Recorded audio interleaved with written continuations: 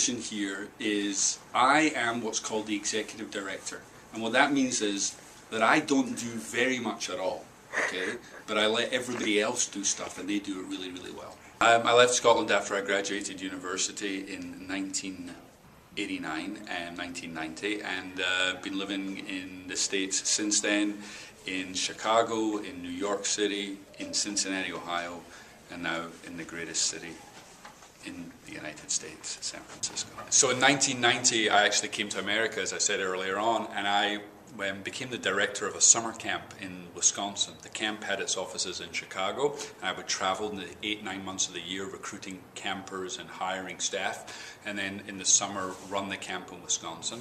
I did that for 5 years, and then I went to New York City and ran another summer camp and a network of summer camps around the country. And then in 1999, my wife and I moved to Cincinnati, Ohio, where I became the executive director of one of the largest synagogues in the country. And I did that for 4 or 5 years, and then I went into private business with a dear friend of mine. But I was called up one day, kind of out of the blue, from a recruitment agency, a headhunter, who'd said, "Hey, what about San Francisco?" And got a great opportunity in one of the most remarkable organizations in the country.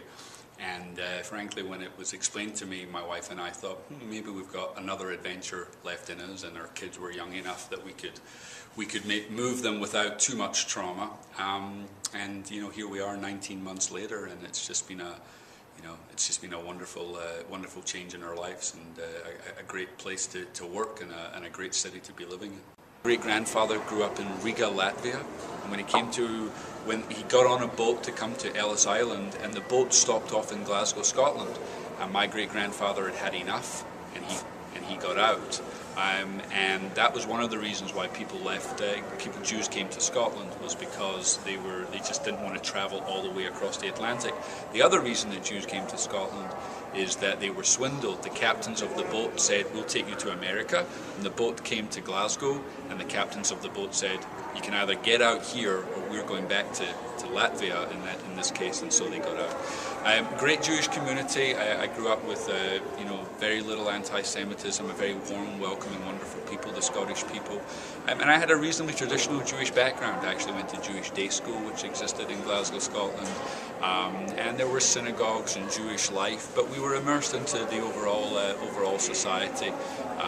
Went to public high school, and was involved in a pretty kind of multicultural background of public high school. Just a good place to grow up, both as a Jew, but just as importantly as a human being. A great country, somewhere I'll always call home. I'm gonna let it shine, let it shine, let it shine. I always tell the people that I work with, and also anybody that asks me about how much I enjoy my job, and I tell people that I skip to work, which of course brings on the images of a young preschooler skipping into preschool, leaving his or her parents. And for me, the reason why I skip to work is this is just a truly remarkable place, and it's probably summed up in one word for me, which is variety. Every day is a different day here at the JCC. It can be something as highly sophisticated that we're doing, or something completely unintentional that transpires. And skipping to work, because we're helping to make people flourish and turn into great human beings and better human beings is really our mission here at the JCC. So getting out of bed every morning and knowing that is what we're trying to achieve here, frankly makes me skip to work.